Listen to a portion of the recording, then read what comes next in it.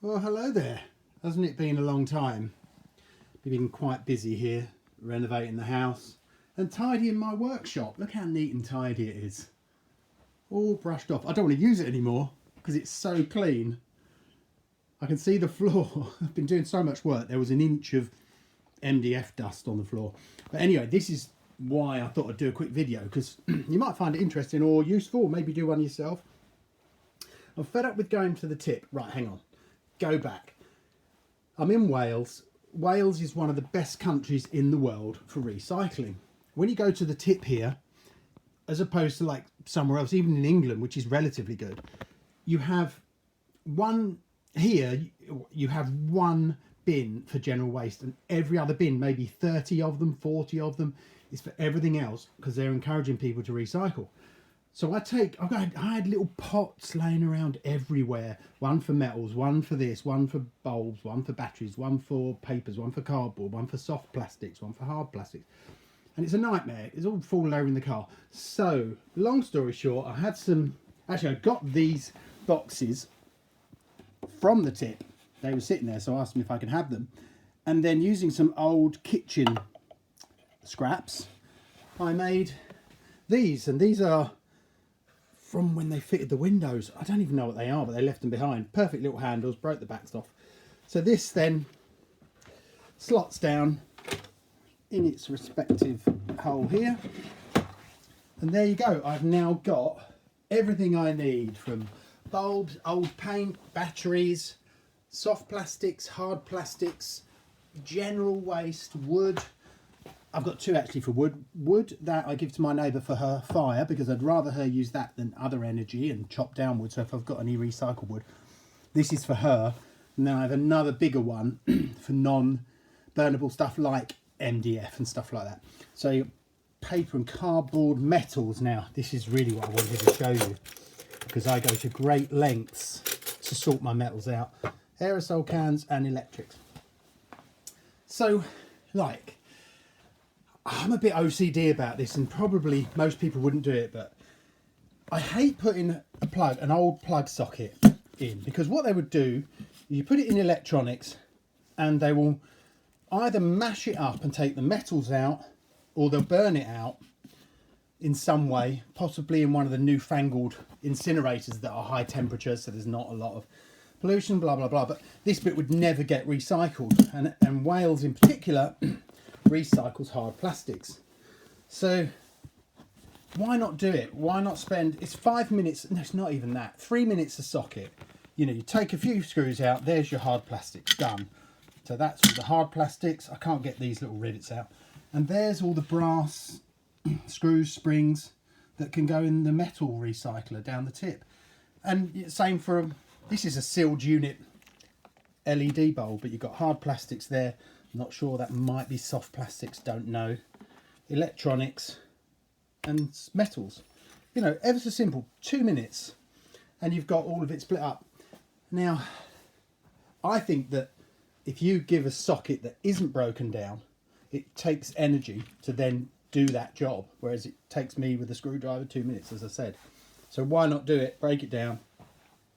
And now I've got these, I can just take these to the tip, put them in the car once every month, I would say, and then just empty them out. But I wanted to share it with you because it's a great use of old bits of wood. If you want the plans or anything, let me know, but it's pretty straightforward.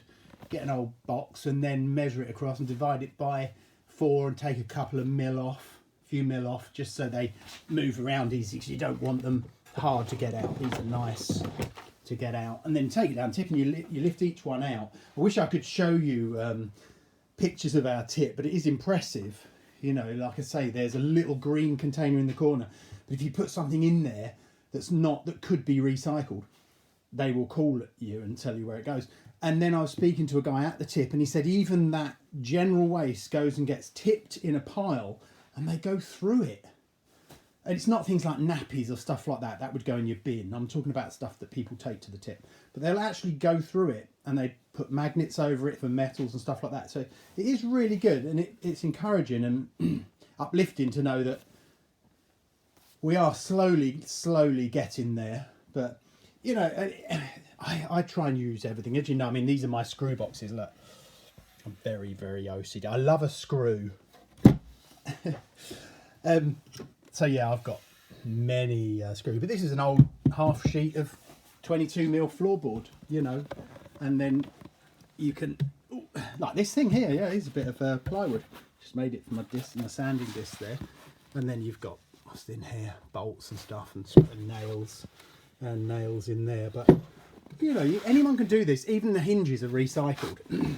All it takes is a little bit of sorry, I'm lining them up now. Look, that's how OCD I am. They're all lined up. But you know, make something out of nothing. I would say most of my wood, in particular, gets recycled here and repurposed. But then all the stuff that obviously I can't use goes elsewhere. But I wanted to share with you. I haven't done a video in ages, and I will try and start. It's just been so busy. I've got something on the go, which next time I do a video, I'll tell you about, which has occupied quite a lot of my time at the moment, and it is kind of a job, but it's not. I didn't think it would be a job. I thought it was voluntary, but actually it is a job.